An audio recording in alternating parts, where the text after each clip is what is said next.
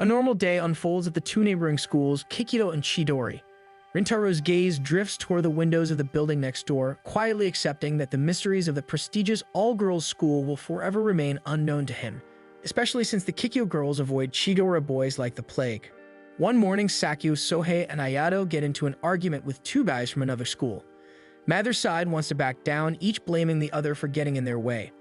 Just when things are about to escalate, Rintaro steps in and scares the other group off. It turns out just a look is enough to send them running. He lightly scolds his friends for stirring up trouble, but Suri flips it on him, saying Rintaro was the one who provoked the other guys in the first place. Apparently, they'd mentioned something about Rintaro earlier. As they continue walking to school, Rintaro suddenly remembers where one of them might have seen him before. There had been an incident outside his house, a couple arguing in the street. The girl slapped her boyfriend and stormed off. Rintaro, trying to help, approached the guy to check if he was okay. The poor guy panicked, assumed he was about to get beaten up, and bolted, only to trip and injure himself in the process. His friends listen, unimpressed. Rintaro may be kind-hearted, but with a face like his, most people assume he's ready to murder someone. As they walk, they pass a pair of Kikyo girls, who immediately look down and avoid eye contact. One girl drops her handkerchief. Sohei, wanting to be friendly, picks it up and tries to return it, but the girl glares at him and tells him to just throw it away, not wanting to involve herself with the likes of them. Despite the obvious rejection, Sohei brushes it off. He convinces himself she was just too shy to talk to someone as good-looking as him. With that, the boys head into their own school, a plain, no-frills building standing right next to the fancy Kikyo Academy. Rintaro can't help but reflect on how different the two schools are. Every time they cross paths, the Kikyo girls act like the Chidori boys are radioactive. Chidori itself is a public all-boys school, infamous for being full of idiots and ranked near the bottom in terms of academics and reputation. Kikyo's dislike for Chidori is so intense they even keep their curtains drawn just so they don't have to look at their building next door. While scrolling through his phone, Rintaro gets a notification reminding him he has to work later, so he has to turn down the invitation from his friends. Later that day, rain pours down relentlessly, but Rintaro sprints through it to reach the cafe where he works. Once there, he asks the manager, who is also his mother Kyoko, if it's really okay for him to face customers, worried his looks might scare them off. But Kyoko reassures him that it's fine, there's only one customer he needs to take care of today. Everyone else is busy prepping pastries for tomorrow's event, leaving Rintaro in charge of the counter. As Rintaro sets up the counter, he notices a wet umbrella by the entrance. He glances over to a nearby table and is surprised to see a middle school-looking girl sitting alone. What catches his attention even more is the number of cakes she's already eaten. The empty plates around her are enough to make anyone stare. Noticing his gaze, the girl immediately flushes with embarrassment and begins to choke. Without thinking, Rintaro rushes over and hands her a glass of water. She quickly gulps it down but becomes visibly self-conscious. Before he can say anything, she thanks him for the food and rushes out of the shop in a panic. Left staring after her, Rintaro blames himself for scaring her off. Later that evening, while closing the cafe, Kyoko casually mentions that the girl's name is Kaoruko, and that she's actually a regular. This only adds to Rintaro's guilt, as he worries that she might stop coming because of him. Kyoko, on the other hand, dismisses his self-blame and insists that Kaoruko isn't the type to be scared off easily. With her usual enthusiasm, she declares that cakes are the answer to everything, and that winning Kaoruko back shouldn't be too hard. The next day, Rintaro is still bothered by the incident. During lunch, he finds himself lost in thought, trying to figure out how to apologize or where he might run into her again. When his friends approach, he brushes them off and tells them to go ahead without him. As he walks off, Sohei quietly wonders why Rintaro never opens up about what's really on his mind. After school, Rintaro is lounging in his room when Kyoko bursts in with unexpected news. Kaoruko is at the cafe and wants to speak to him. Still in his casual clothes, he quickly heads downstairs. There he finds her waiting for him. Caught off guard by her presence, he greets her with a bit of awkwardness. Suddenly, she tells him that she'll treat him. To his surprise, he finds himself sitting across from her with a slice of strawberry cake and a drink placed in front of him. Though puzzled, he allows the moment to play out. Kaoruko had apparently come to apologize for her sudden exit the day before. Though he initially tries to refuse the treat, Rintaro notices her stealing glances at the cake. Without a word, he gently slides the plate toward her, offering it back. Despite her initial resistance, the tempting dessert proves too much to ignore. As Rintaro watches her take small, joyful bites, he realizes how surprisingly large her appetite is for someone with such a small frame. When she finishes, Kaoruko explains that she hadn't planned to eat that many cakes. She thought she was alone and safe to indulge, only to be caught mid-binge. What embarrassed her wasn't fear, it was being seen like that. She admits that she had seen Rintaro helping at the cafe before and had always been curious about him. Only then does Rintaro understand she hadn't run away because she was scared. She ran because she was nervous, not because he looked frightening, but because something about him made her heart race. He finds himself thinking about how, on any regular day, most girls would either flinch at the sight of him or look at him with open hostility. Yet Karuko's words had been the complete opposite. The memory of her small confession plays back in his head, and unexpectedly, he feels his face grow warm. Conflicted with the sudden rush of emotions, he stands up and offers to walk her to the station since it's already late. Karuko, realizing how much time had passed, looks surprised but accepts. However, after buying another cake, she decides to walk the short distance by herself, saying the station isn't far. As she walks away, she suddenly turns back. With a smile that seems to light up her entire face, she tells him that she never found him scary, not even once. She thanks him again for the cake and disappears into the night. Unbeknownst to them, two boys standing at a distance observe the interaction, grinning with ill intent. Back in his room, Rintaro stares at cockroaches by his door, burying his face in his arms, his thoughts tangled up. The kindness Karuko showed clashes with the way others usually treat him. All at once, the countless negative comments from his past resurface, remarks that have followed him since childhood. Yet through the noise, Karuko's voice cuts in, soft but sharp enough to leave an impact.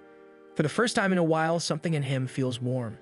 That brief calm is interrupted when Kyoko bursts into his room holding a familiar box. Karuko had apparently forgotten one of her cakes, which Kyoko found left on the street just a short distance from the cafe. Immediately, Rintaro's worry returns. He rushes outside, scouring the nearby streets for any sign of her. He knows it can get dangerous at night and worries that she might have gotten herself in trouble.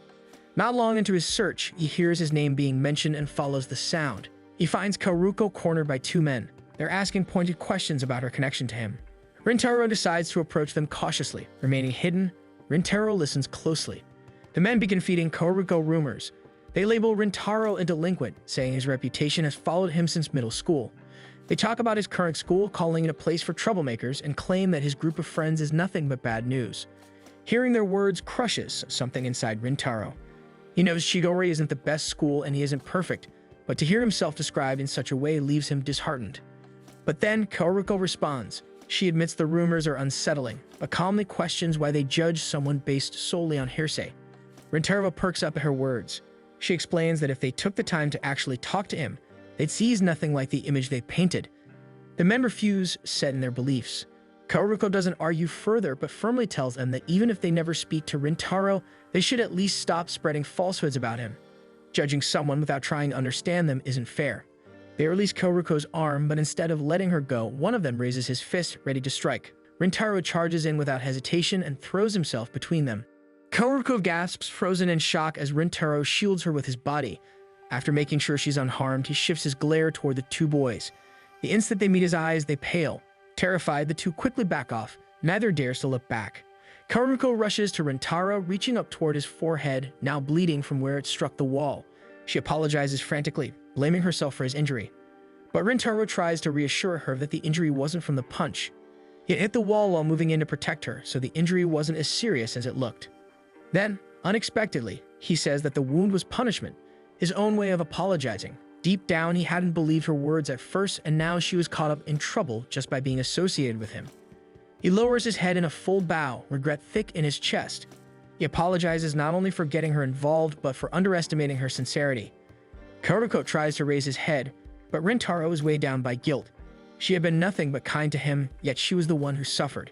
But instead of letting his apology continue, Karuko wipes the blood from his forehead again and tells him something he's never heard before. She doesn't understand why people are scared of him when he's clearly such a kind person. She doesn't accept his apology. Instead, she simply thanks him. In that moment, something shifts. Rintaro, who had long accepted being misunderstood, suddenly finds himself drawn to her words and warmth. He never imagined someone could look at him like this. After years of enduring stares filled with fear or contempt, Karuko's smile feels like a light he had given up on seeing. To ensure she's safe, Rintaro walks her to the station. Once they part, he begins to turn away, ready to go home. But Karuko calls out to him. When he turns back, she's smiling again, inviting him to hang out and eat cake together sometime. Stunned but softened, Rintaro finds himself agreeing. They go their separate ways. Rintaro walks home alone while Karuko waits for her train, still remembering the warmth of Rintaro's protective embrace. The next morning, he arrives at school much earlier than usual, unable to sleep the night before. His thoughts are still full of Karuko. As he stares out the window, wondering when she might pass by the cafe again, something unexpected happens. The curtains on the Kikyo building move. To his surprise, Kaoruko is the one peeking through. For a moment, their eyes meet across the courtyard. Both freeze in surprise. Rintaro quickly pulls the curtains shut, wondering how Kaoruko is in the other building. He had thought she was a middle schooler. Slowly, he realizes Kaoruko is a student at Kikyo, and this discovery may change their dynamic forever. After catching a glimpse of Kaoruko through the Kikyo window, the once quiet school grounds of Chidori begin to fill with students. Shohei starts complaining about how the Kikyo girls keep glaring at him to Rintaro at his seat. Normally, he wouldn't care, but today has been on another level. Every girl he passes shoots him a look filled with disdain that he started feeling on edge. Soon after, Saku and Ayato join them, greeting everyone with a cheerful good morning despite Shohei's glum mood. As they catch up, they reveal that they, too, had received some harsh looks from Kikyo girls earlier that day. This leaves Shohei puzzled as he even questions why anyone would glare at someone as nice and good-looking as Saku. Saku shrugs off the attention but admits that he's never liked how the girls from Kikyo treat them. He's convinced the two schools will never get along. His words make Rintaro zone out as his friends begin to notice his injury in his head, and he only snaps back to reality when he hears Ayato questioning why Rintaro's side of the curtains are drawn shut. Trying to defend his friend, Shohei assumes it's because Rintaro's in a bad mood from seeing the Kikyo building first thing in the morning. But Rintaro denies it with an outburst. His sudden denial catches everyone off guard, and he awkwardly tries to come up with an excuse for his curtains. While everyone seems to buy his excuses, Saku can't help but find it strange. Classes start as usual, but Rintaro's mind isn't in the lesson. He keeps thinking about Kaoruko's shocked expression when she saw him in his classroom. Guilt creeps in as he remembers pulling the curtains shut so abruptly. It must have seemed rude. He wonders if she'll ever come at the cake shop again. He thinks it's for the best if she stops coming in anyway, so she's less involved with him. By the time school ends, Shohei invites Rintaro to hang out, and after checking that his mother doesn't meet him at the cafe, he agrees to join the others for karaoke. When school ends, their group excitedly leave the building, already discussing what songs to sing and what to eat. But before they can leave the school, they find a huge crowd gathered near the gates. Students are whispering, straining to get a glimpse of something or someone outside. Curiosity gets the best of them, so they also join the group to see what the big commotion about. To Rintaro's surprise, it's Kaoruko. She's standing right outside Chidori's gate, clearly waiting for someone. Rintaro instantly recognizes her and turns away, trying to process everything. In the meantime, Shohei charges ahead and confronts Kaoruko, demanding to know why a Kikyo student is outside their school. Due to his gruff voice, she ends up cowering a little. Despite being caught off guard, Kaoruko honestly answers that she's waiting for someone. Rintaro rushes forward, pulling Shohei back and apologizing for the sudden interrogation. But then, unexpectedly, Shohei starts to tear up, admitting that he's not mad, just jealous. He thought it was unfair that someone from their rundown school had managed to get girlfriend. Suddenly, Kaoruko's friends rush toward her, pushing through the crowd and bumping into Shohei in the process as they try to pull her back toward Kikyo's building. The commotion draws even more attention as a group of Kikyo girls gather by their own gate, whispering and wondering why Kaoruko would come all the way to Chidori's side. Shohei, still annoyed from earlier, steps forward and demands an apology for being shoved aside. One of the girls slaps his hand away with a sharp glare before turning back, hurrying toward their building with Kaoruko and Tao. She glances back at Rintaro, her eyes filled with worry as she is pulled away. Students begin making their way home, and Rintaro and his group head toward the karaoke place as planned. Rintaro trails behind them, lost in thought. A part of him wonders if Kaoruko had really come just to see him, but he tries to brush it off, telling himself she might have been waiting for someone else entirely. His friends glance back at him, only to freeze in alarm. They tell him his expression looks scarier than usual. Rintaro touches his face in confusion, slowly realizing what he's feeling might actually be happiness. Embarrassed, he quickly shakes it off and catches up with the group. At the karaoke place, Rintaro remains distracted as Shohei loudly sings in the background. Saku eventually points it out, asking if something's wrong. Ayato and Shohei nod in agreement as they stop their singing and mentions how off he's been all day. Even showing up with an injury had been alarming. As the others wait for an answer, Rintaro debates whether to tell them the truth about Kaoruko. But in his mind, he already imagines how they'd react. In the end, he lies with a smiles, brushing their concerns aside. Ayato and Shohei don't question him further, but tell them that he can talk to them whenever and pass him the mic for the next song. Rintaro takes the mic, and before the song starts, he smiles at Saku, assuring him that everything's fine. Saku nods and lets it go, deciding to join him in singing. Later that evening, as Rintaro heads home, Rintaro notices the cake shop lights still on, despite it being past closing. Curious, he steps inside, only to be greeted by Kaoruko's warm smile and eager eyes. She apologizes for the earlier scene at the school gates, admitting she didn't expect such tension between their schools.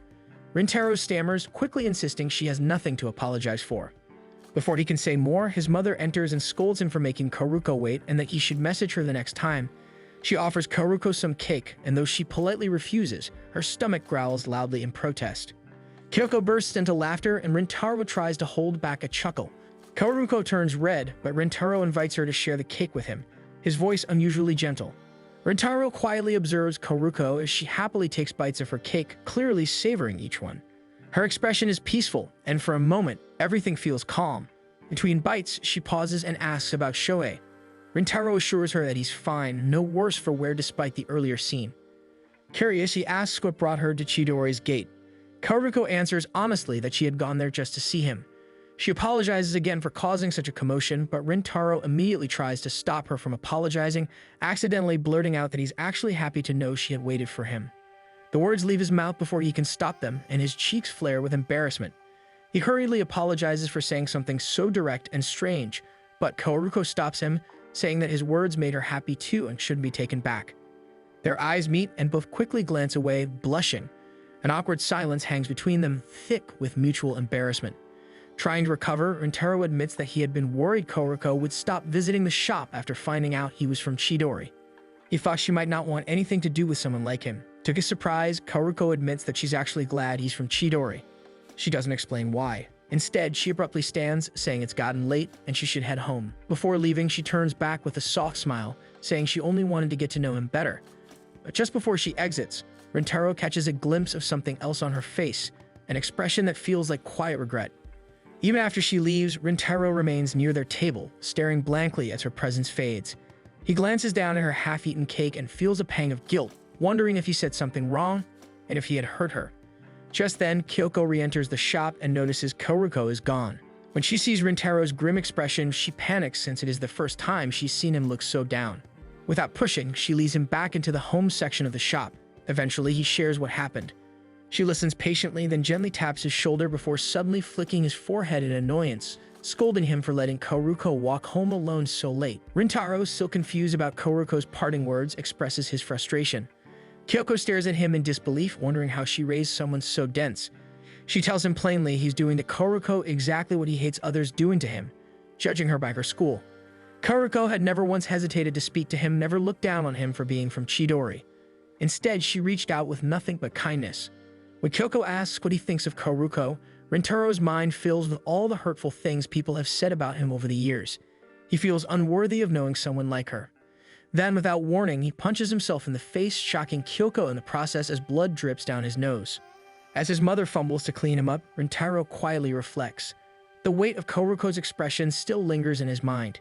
He finally realizes that he had genuinely hurt her feelings. With a new sense of resolve, he thanks his mother for her words and decides to make things right the very next day. The next morning, Karuko arrives at her school early as usual, only to freeze in surprise when she sees Rintaro waiting outside the Kikyo gates. When he spots her, he steps forward and admits he had been waiting just for her. Without hesitation, he apologizes for hurting her. Karuko looks confused, so he tells her that when she left the shop last night, he caught a sad look on her face. Embarrassed, Karuko crouches down, hiding her face in her hands. She apologizes for letting him see that side of her and for making him worry. Rintaro kneels to meet her, gently trying to stop her from apologizing. In that moment, he realizes something. Karuko has always been open and honest with him. He owes her the same honesty in return, especially in explanation, so she doesn't feel guilty for expressing herself. He confesses that before meeting her, he had simply accepted that Kikyo and Chidori would always be at odds. But after learning she was from Kikyo, hearing other Chidori boys insult her school began to sting, because he didn't like hearing people talk that way about her. But now he knows he was wrong to focus so much on their schools.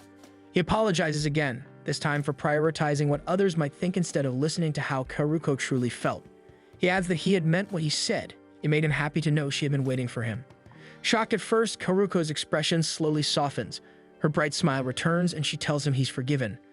Then, standing tall, she formally introduces herself once again and does the same for him, this time declaring that their schools don't matter. What matters is getting to know each other for who they really are. Since there's still time before class, Karuko asks for a small favor. She tells him that they should head up to their classrooms and wave at each other from their windows, since no one's around to see them yet. Once he reaches his seat, he spots her across the way as she pulls back the curtain. Her face lights up as she waves at him with both hands. He raises his own hand in response. Watching her beam with joy, Rintaro makes a quiet decision that he wants to know more about her and the warm, unfamiliar world she's begun to show him. On a particularly hot day, Rintaro and Shohei decide to head to the staff room in hopes of cooling off. But since students weren't allowed there without a reason, they needed an excuse. Thinking quickly, Shohei decides to ask about the upcoming sports day, claiming he's serious about winning this year. Inside, they pose their question to a teacher, only to be hit with unexpected news that they won't be able to join sports day at all. Shocked, Shohei demands to know why. The teacher bluntly explains that both of them are probably going to fail their midterms and would need to take remedial exams. Shohei protests, saying the results haven't even come out yet. Amused, the teacher decides to give them a chance. If they pass the retake exams and manage to win during sports day, he'll personally treat them to ice cream. Encouraged by the challenge, they return to class, only for panic to set in. Shohei, fully aware of his lackluster study habits, spirals into despair. He turns to Saku for help, but Saku flatly refuses, reminding him that he already tried tutoring them last year, and they still flunked. Meanwhile, Ayato checks on Rintaro, who admits that he isn't confident either. Just then, Shohei dramatically points out that if Saku doesn't help them, he'll end up alone during sports day. Saku doesn't even flinch, saying he's perfectly fine with that. Tuning them out, Rintaro receives a message from his mother Kyoko asking if he could invite Karuko to the cafe since they're running a big discount. Glancing at the Kikyo building across the way, Rintaro realizes Karuko hasn't dropped by the shop in a while. During class, he types out an invitation. After a bit of internal debating, he finally hits send. However, as the school day progresses, Karuko's silence begins to gnaw at him. He wonders if Kikyo students are even allowed to use their phones during class. Eventually, a message comes in and she says she's busy this month and won't be able to make it. Rintaro was surprised by the pang of disappointment he feels, realizing just how much he had looked forward to seeing her. Shohei invites him to the public library to study since their school library doesn't have air conditioning. They find a seat and begin to dig into their material, but despite their efforts, both of them still struggle. Rintaro suggests apologizing to Saku, and Shohei quietly admits he still feels guilty for failing last year, even after all of Saku's help. Rintaro tells Shohei that he's sure Saku is looking forward to sports day too, and that the idea of all of them eating ice cream together afterward makes it even better. Shohei reflects on his words for a moment before deciding to follow his advice. Before leaving, he tells Rintaro with a grin that sports day will be fun this year because Rintaro is with them. He heads back to school, determined to ask Saku for help again. While waiting for Shohei to return with Saku and Ayato, Rintaro notices a pair of girls struggling to find an open spot to study. Without a word, he gets up and offers them his seat. The girls blink in surprise, realizing what he's done, and feel a little guilty for not getting the chance to thank him properly. As Rintaro walks off, he pulls out his phone to message Shohei that he's lost their seats. But then he hears a familiar voice. He follows the sound curiously, and to his surprise, he sees Karuko helping a friend study nearby. Watching her from a distance, Rintaro realizes that she must be busy with exam preparations, which explains why she hasn't dropped by the cafe lately. He lingers for a while, quietly listening to her chat with her friends. He finds it oddly endearing that she likes to doodle in her notebooks, and hearing her speak casually, without her usual formal tone, is strangely refreshing. Then he learns that Karuko isn't just diligent in her studies, she's at the top of her class. He leaves to check on his answers, all the while thinking Karuko is amazing. Karuko, attending a prestigious and competitive school like Kikyo, is at the top, while he's scraping by at Chidori. A sense of inadequacy creeps in. Compared to her, he feels like a complete failure. He lies onto a bench defeated, telling himself he should just give up and accept the inevitable. But as he closes his eyes, Shoei's words echo in his mind. When he opens them again, Karuko is standing right in front of him, staring curiously as she greets him. Startled, he sits up and awkwardly asks why she isn't inside, accidentally revealing that he saw her earlier. Karuko doesn't seem bothered. She explains that she spotted him passing by and wanted to check if it really was him. She also mentions that she brought a bento and thought it'd be a nice time to eat. Rintaro shifts over, letting her sit beside him. As she unpacks her food, she apologizes for not visiting the cafe lately, saying she'll come by next month once she's saved up money from her part-time job. That surprises Rintaro. He always assumed she was from a wealthy family. Karuko laughs and gently corrects him, revealing she's actually on a scholarship at Kikyo. She's not rich at all, which is why she works so hard to stay at the top of her class every term to maintain the grant. Rintaro finds himself even more impressed by Karuko. She's not just hardworking, she's relentless. She even shares that she pinches herself awake in class to stay focused since she had been struggling to stay away from all-nighters. He wonders why she pushes herself to such extremes. Kaoruko explains that getting into Kikyo and staying at the top is her pride, especially since her father had initially been against her enrolling there due to the tuition and social standings of most of the students. All this time he had misunderstood her. Guilt swells in his chest for having made assumptions about her again. Swallowing his pride, he decides to take a chance. He asks if she would be willing to help him study. He admits he's tired of always accepting failure. This time, he genuinely wants to pass. He even confesses that he'll be in serious trouble if he doesn't. Rintaro expects her to decline, thinking she probably doesn't have any free time, but to his surprise, she simply offers him one of her rice balls and promises to message him when she can help. After finishing her meal, Kaoruko tells him she needs to get back to her friends, unaware that one of them, Subaru, has just spotted her talking to Rintaro. Subaru approaches, her expression sharp as she demands to know who Rintaro is. Rintaro stares at her in awe as he has never seen a girl with silver hair before. He even admits to himself that he finds her cool. But the moment she fixes him with a cold glare, he freezes. She asks if he's from Chidori. When he confirms that he is, she tells him bluntly to stay away from Kaoruko. Kaoruko tries to ease the tension, but she's cut off when Shohei, Saku, and Ayato notice and approach them. They assume they are insulting Rintaro for being in Chidori and ask them if they have any business with him. Subaru throws an insult at them, attempting once more to pull Kaoruko away. Shohei, however, pauses as if he recognizes Kaoruko and steps forward for a closer look. Instinctively, Rintaro moves in front of Shohei, blocking him just as Subaru grabs Kaoruko and pulls her away. Rintaro apologizes to Shohei, startled by his own reaction. He hadn't expected his body to react the way it did. Subaru starts leading Kaoruko away, but Saku throws out a jab, suggesting that Kikyo girls must not be that smart if they couldn't answer a simple question earlier. Subaru spins around, asking if he means Kaoruko too. Saku just smirks and tells her to figure it out herself, then mocks her silver hair. Kaoruko begins to speak up, but Rintaro steps in. He explains that he approached Kaoruko first, because she was the girl who had been waiting by the Chidori gate, and he had wanted to apologize to her. Ayato then reminds Shohei that Rintaro was talking about the time he accidentally scared her. Realizing his mistake, Shohei steps forward and apologizes. He explains it had been a rough day, but admits he shouldn't have taken it out on her. To everyone's surprise, Kaoruko bows and apologizes for making everyone from Chidori uncomfortable. The boys go silent, taken aback by her sincerity. Then, Kaoruko glances at Subaru beside her, nudging her to do the same. Subaru shifts uncomfortably. Without looking at anyone in the eye, she mutters that she'll take her leave first, then turns and walks off. Kaoruko offers one last apology to the group before hurrying after a friend. The boys watch them leave, still reeling from the unexpected interaction. Ayato breaks the silence with a chuckle, remarking that Saku forgot to give his own apology. Saku tries to defend himself, insisting that he only stepped in because they were letting Subaru insult them first. Shohei laughs and teases him for actually caring. Eventually, Shohei suggests they all go to a diner to eat and try to study. Meanwhile, Kaoruko tries to reason with Subaru. She tells her not all guys are the same, but Subaru remains stubborn, still upset that Kaoruko bowed and apologized. Out of nowhere, Subaru changes the subject and asks about Rintaro. Kaoruko blushes and admits that she thinks Rintaro is very kind, and despite everything, she believes his friends are probably good people too.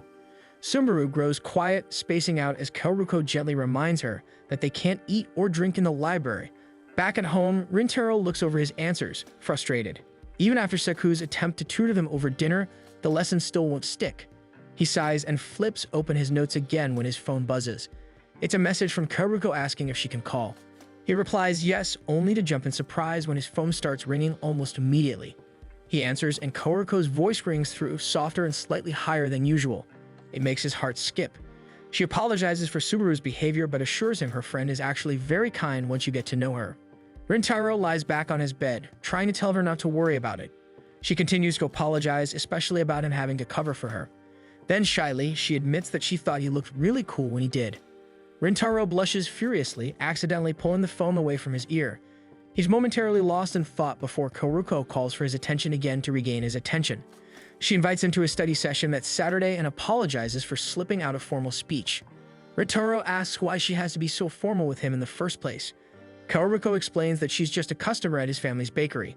That stings Rintaro a little. He'd assumed they were at least friends by now. Still, he agrees to meet her that Saturday. Then, after a beat of hesitation, he realizes that he wants to get to know her better, her real self, her expressions, and asks her to stop using such formal speech with him. Kaoruko is quiet for a moment, then to his relief she agrees to speak more casually the next time. She wishes him good night and the call ends. Rintaro lies on his bed, face buried in his hands, flustered as he thinks of what kind of expression Kaoruko probably has. Meanwhile, Kaoruko is just as giddy, her face red with embarrassment but glowing from the call. Sumeru, sitting alone, gazes at an old photo of her and Kaoruko from when they were younger. Her expression is unreadable. Saturday finally arrives, and Rintaro wakes up early for his study session with Kaoruko. He reaches for his phone, staring at their last conversation for a few moments before finally dragging himself out of bed to get ready. On the train ride, a few girls glance his way, visibly uncomfortable due to his height and serious expression. Rintaro doesn't notice, as he is far too preoccupied with the thought of seeing Kaoruko on a weekend, his mind spinning over what he should say, how he should act, or if he looks too stiff in his clothes. He gazes out the window. The sunlight is gentler today, warmer somehow, and it gives him the odd feeling that something new is about to begin. When he gets off the train, he realizes he's arrived way too early. But as he climbs the steps out of the station, he spots Kaoruko already standing there. He rushes over, apologizing for making her wait, but Kaoruko quickly slips into formal speech, claiming that she had just arrived. She then realizes her slip-up and smiles nervously, apologizing, only to notice that Rintaro is speaking formally too. They both fall silent for a beat before Rintaro wonders to himself if she's always looked this cute as she smiles at him for his own slip-up. They make their way to a nearby cafe where Kaoruko doesn't hesitate to dig into her food, clearly savoring every bite. She admits she's always wanted to try this place. It seemed like a perfect spot to study, and the great food is just a bonus. She urges Rintaro to eat as well, snapping him out of his daze. He had been too distracted watching her enjoy her meal since he notes this is when he notices she is happiest. He finally takes a bite and is surprised by how good it is. Once their plates are cleared, Kaoruko gets her notes ready and announces it's time to study. They decide to start with math, and Rintaro can just ask for help in other subjects when they are done. As Rintaro flips to the pages he struggles with most, Kaoruko leans in to take a closer look, but quickly realizes how close she's gotten. She backs away, apologizing for invading his space. They resume studying, though Rintaro finds it hard to concentrate with how loud his heartbeat feels in his ears. He doesn't register any of the words as Kaoruko tries to explain the formula. Eventually, Kaoruko asks why he's so determined not to fail this time. Rintaro answers honestly that he wants to join his friends at the upcoming sports festival. If he fails, he'll be stuck in remedial classes while everyone else enjoys the event. Kaoruko smiles, telling him that's a good reason and that the sports festival sounds fun. Rintaro merely chokes on his drink when Kaoruko describes that he must really love his friends. He fumbles, saying the word love just caught him off guard. Kaoruko understands, and she says she loves her friends too, describing them all as great people. Then she brings up Subaru. She's been with Kaoruko since childhood and often gets misunderstood. Her harshness stems from an incident with some boys years ago.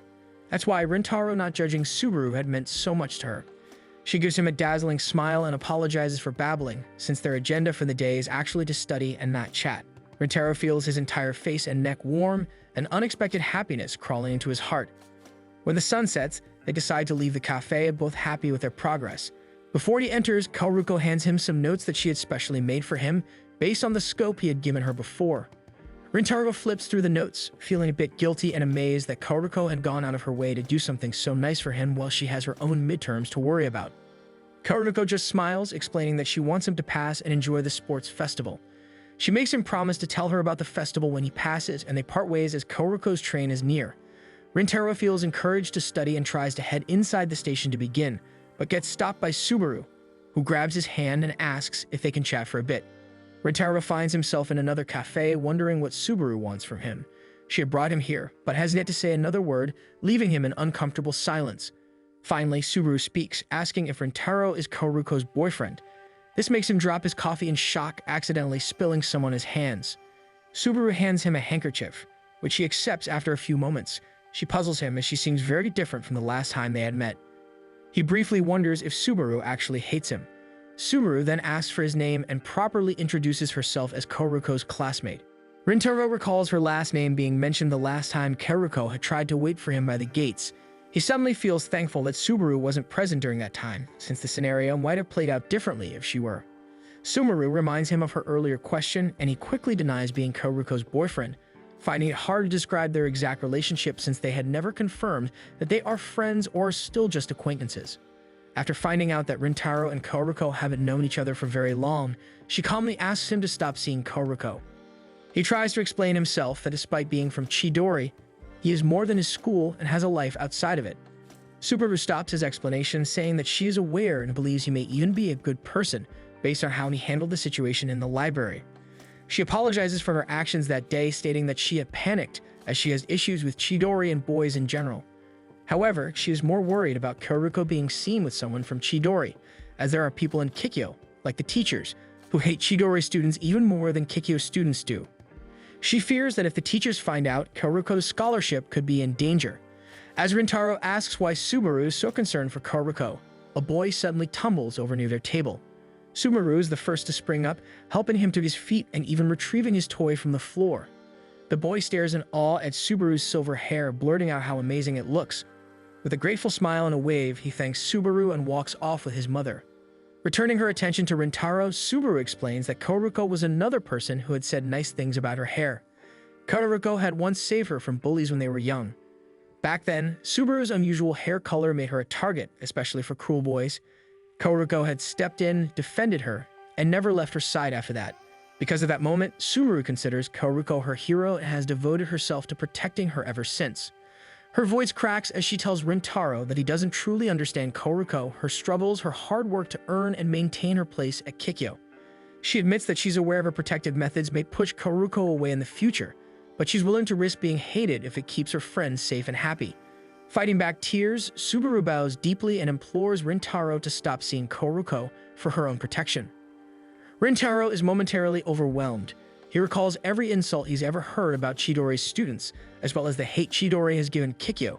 It all fades when he remembers how Karuko smiled at him despite it all, telling him she wanted to know more about him. His resolve hardens and he firmly tells Subaru that he will continue seeing Karuko. Gently raising her head, Subaru's expression shifts from anguish to understanding. She had a feeling he wouldn't agree to her request. She had seen him earlier with Karuko, and the two of them had looked happy in each other's company. Rintaro offers a sincere apology to Subaru for causing her distress, places some money on the table, and leaves her to her thoughts. Subaru remains seated, guilt and defeat washing over her as she wonders what to do next. On the train ride home, Rintaro tries to study the notes Karuko gave him, but his mind won't settle. He lets out a frustrated sigh, and the two passengers beside him immediately tense, half expecting his irritation to be directed at them. He thinks back to Subaru's dedication and admits silently to himself that she's an impressive person. Her fierce loyalty to Karuko makes him wonder if he has anyone in his life he cares for so deeply. When the train stops, two girls board, scanning for seats. Rintaro stands and offers his spot to both of them without a word. The girls exchange surprised glances and whisper among themselves since they recognize him as the same one who had offered his table in the library. They approach him hesitantly and thank him for giving up the table in the library. It takes Rintaro a moment to even recall the incident, but then he remembers.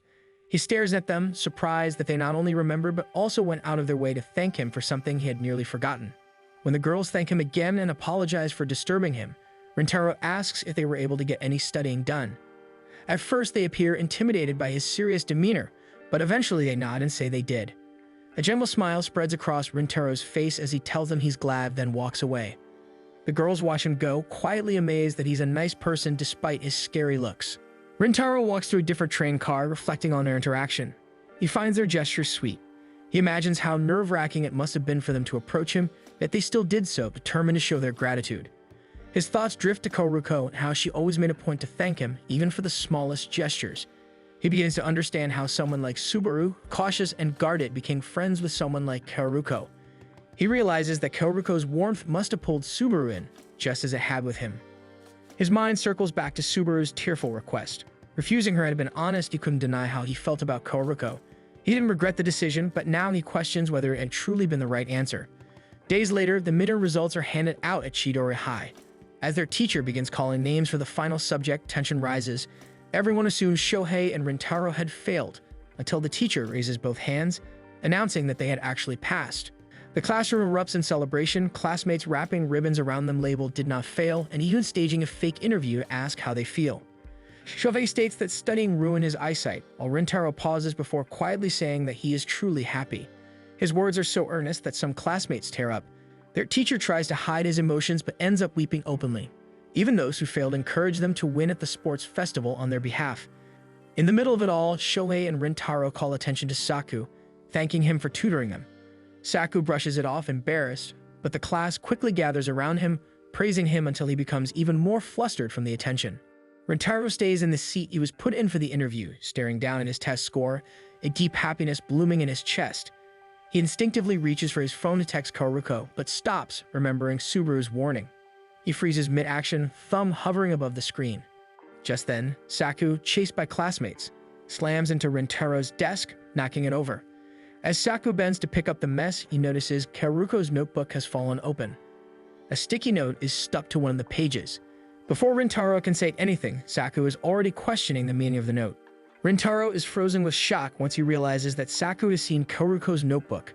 Soon, the rest of his friends gather around and Ayato tries to take the notebook. Rintaro quickly attempts to snatch it back, but Ayato has already seen it and recognizes the name written inside. He suddenly recalls Subaru calling Karuko by her name in the library. Saku begins to question whether Rintaro's excuse for approaching Karuko that day was the real reason. Tension begins to build in the room, drawing the attention of their classmates, who watch closely to see if a fight might break out between Saku, Rintaro, Ayato, and Shohei.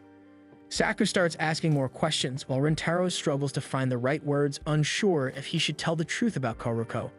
In the end, he simply says he doesn't want to talk about it now. Before anyone else can react, their teacher approaches and tells them to clean up, reminding them that class is about to start. As the others begin tidying up, Shohei senses the tension and drags Saku away, hoping to calm him down. Rintaro quietly apologizes to Ayato, and Ayato quickly forgives him. Still, Rintaro can't help but feel bad about how things were left with Saku. After school, Rintaro heads straight home, immediately scolding himself for being careless enough to leave the notebook where it could be seen. Thinking about the note Karuko had left inside, he remembers that he still hasn't properly thanked her. Meanwhile, Karuko is studying when her phone alerts her to a message. She opens it to find a text from Rintaro thanking her for all her help as he managed to pass all his exams and credits it all to Karuko. Her cheeks warm at the message, and she happily replies that he deserves some of the credit since he had worked hard. She ends her message by telling him to enjoy the sports festival. Rintaro reads the reply, but Subaru's warning resurfaces in his mind. He chooses not to respond and switches off his screen. Karuko notices the message has been read and dreamily wonders what kind of events Rintaro will enjoy at the Chidori Sports Festival. The following day, Shohei and Ayato worry about the situation between Rintaro and Saku. Ever since the notebook incident, the two have been ignoring each other. Ayato turns to Shohei and tells him that it's his turn to step in, since it was Rintaro who helped him and Saku make up the last time. Shohei agrees to give it a try, and though nervous, he sports a cap and invites both Saku and Rintaro to visit a batting cage so they can practice baseball together. However, to his disappointment, both of them decline the invitation. This makes Shohei start to worry about how they'll manage the upcoming sports festival, but Ayato watches his friends closely, determination flashing in his eyes. Later that day, Rintaro and Saku are still ignoring each other and walk different paths. As Saku walks home, he's suddenly ambushed by Ayato and Shohei. They invite him out to talk, but Saku brushes them off, saying there's nothing to discuss. Ayato, however, insists there is, his voice steady and serious.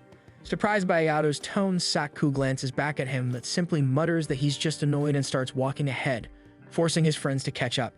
A few steps behind, Ayato calls out to him, asking if he's upset that Rintaro is involved with a Kikyo student. Saku scoffs and admits that isn't what's bothering him. What truly frustrates him is how Rintaro doesn't seem to trust any of them. The candid admission catches both Ayato and Shohei off guard. They've always seen Saku as someone who shrugged off those kinds of things, so seeing him visibly affected takes them by surprise. Saku's expression only grows more downcast as he stops so he can talk better. His mind drifts back to their early days of friendship, when Rintaro had sincerely thanked him for always having his back. He remembers Rintaro's promise of how he'd listen whenever Saku needed someone to talk to. He thought they were equals and Rintaro could rely on him too. Shohei considers Saku's words seriously, then says that Rintaro has that kind of personality, the kind that makes you feel indebted to him just because he's genuinely kind. He adds that Rintaro likely doesn't even realize how Saku feels right now but doesn't think poorly of him. Ayato agrees, pointing out that Rintaro didn't completely shut them out during the notebook incident. He had acknowledged there was a problem, but he just wasn't ready to talk about it yet. Ayato points out that was the most honest Rintaro had been about his feelings since they had become friends, and that had made him really happy. It's the first time they've really seen a piece of Rintaro's true feelings. Ayato continues, and he believes that someday Rintaro will open up more when he's ready. Though still troubled, Saku seems more at ease. To lift the mood, Shohei casually invites them to grab ramen. Meanwhile, at his family's cake shop, Rintaro is quietly helping out by cleaning some of the empty display cases. Kyoko notices his gloomy mood and comments on it. She jokingly suggests he must have failed a test, but Rintaro flatly responds that he passed everything. She laughs, assuming he's being sarcastic, until she realizes he's serious. She looks at him as if he's grown another head. Half joking, she asks if he cheated, and Rintaro can't hide his irritation over how little his mother trusts him to earn a passing grade. Just then, the doorbell chimes and a customer enters. Kyoko greets Karuko happily. At the mention of her name, Rintaro freezes below the counter, his eyes wide in shock. Karuko apologizes for arriving late and asks if there are still any cakes left that she can buy.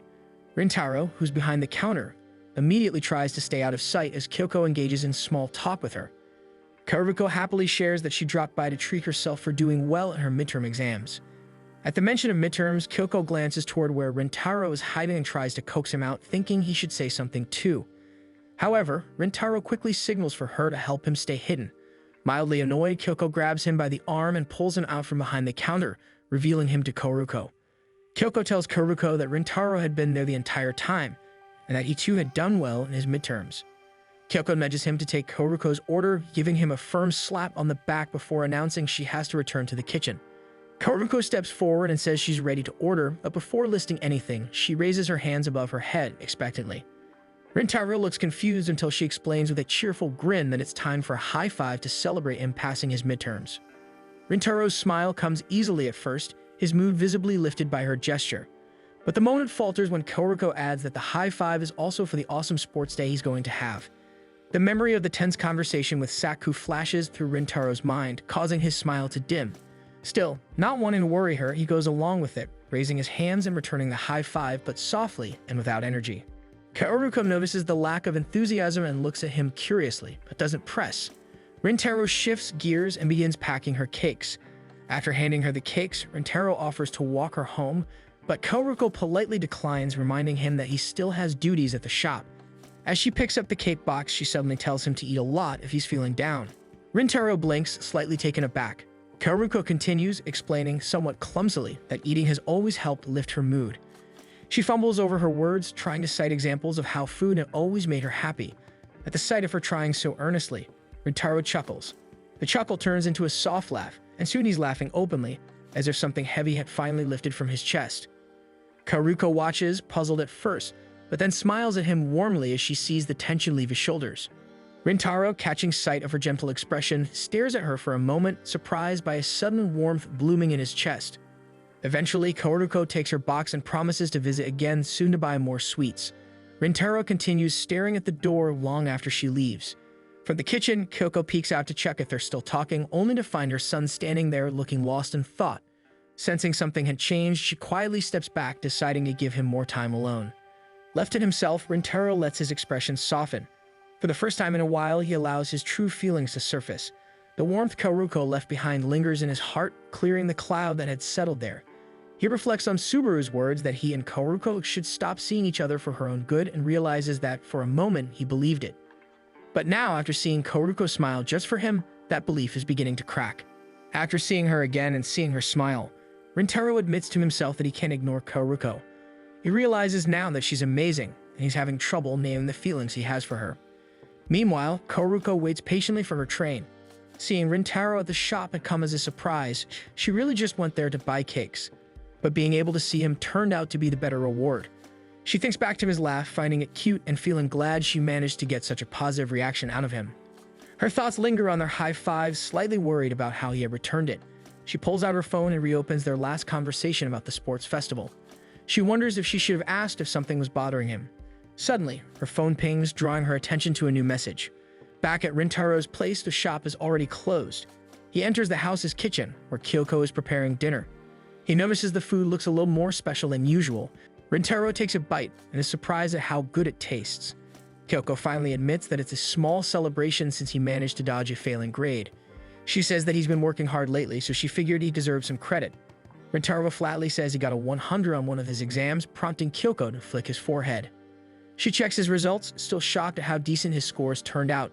She says she's genuinely happy, not just because he passed, but because he's finally making an effort. She recalls how easily he used to give up as a child. More than anything, she's happy about his change in attitude. She then tells him that she knows there's something else bothering him, but she won't push since she believes he'll act on it when he's ready. She brings up how he managed to make amends with Karuko before. At first, she was worried, but after seeing how he punched himself and ran out the door, she was reminded that she raised a son who's hard on himself but always tries to do what's right. As she stands up from the table, she tells Rintaro that all she wants is for him to stay happy. Elsewhere, Subaru sits at the old playground she used to visit as a child. She remembers how Kaoruko defended her when they were younger.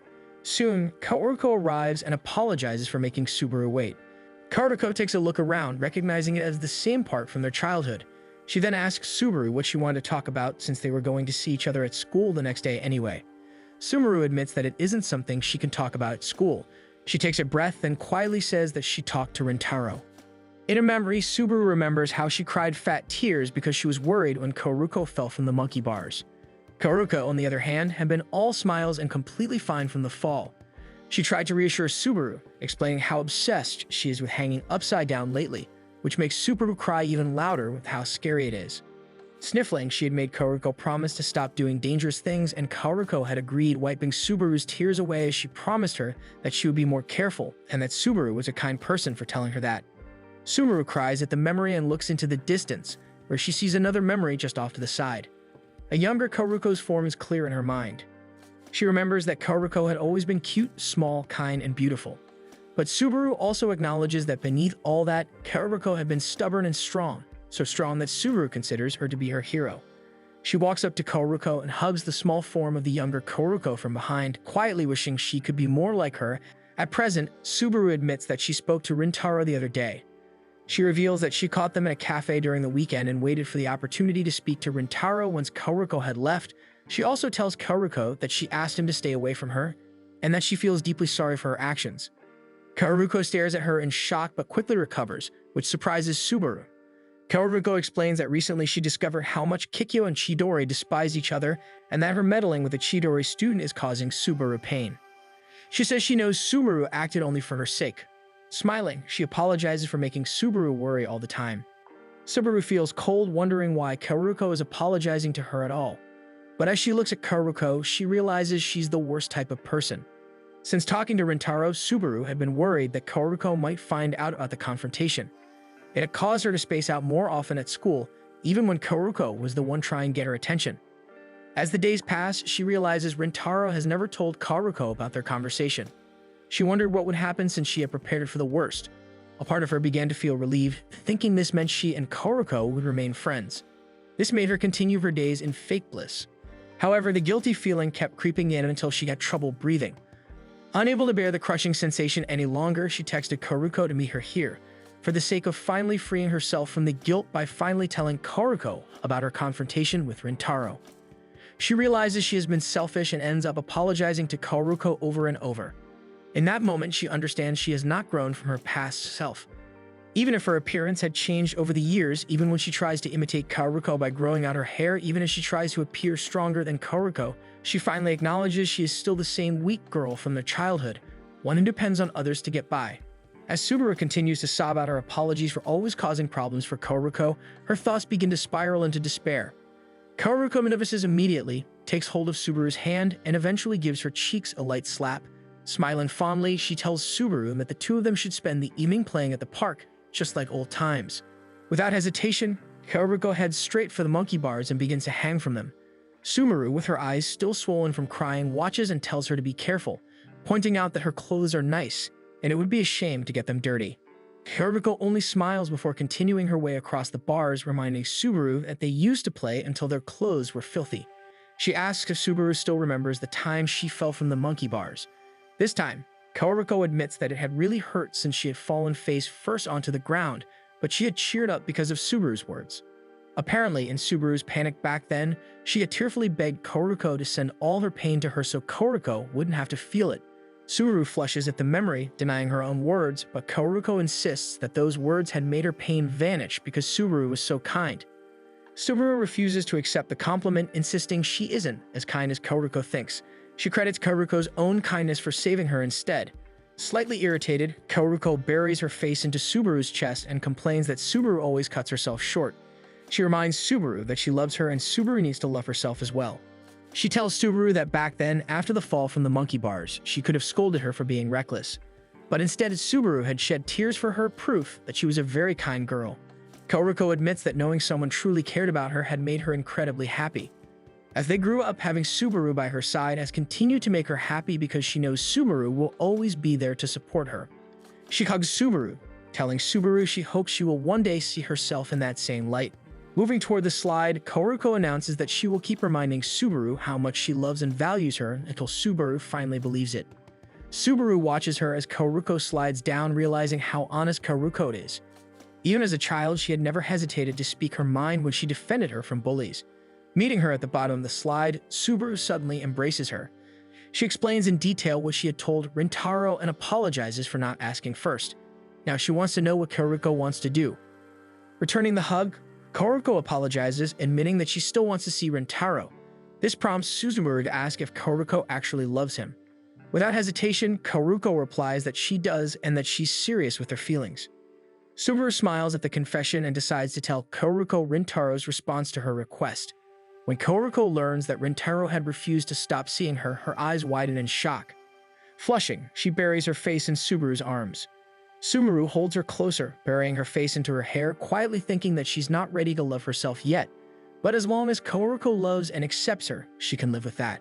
She will always believe in Kaoruko and silently promises to remain by her side.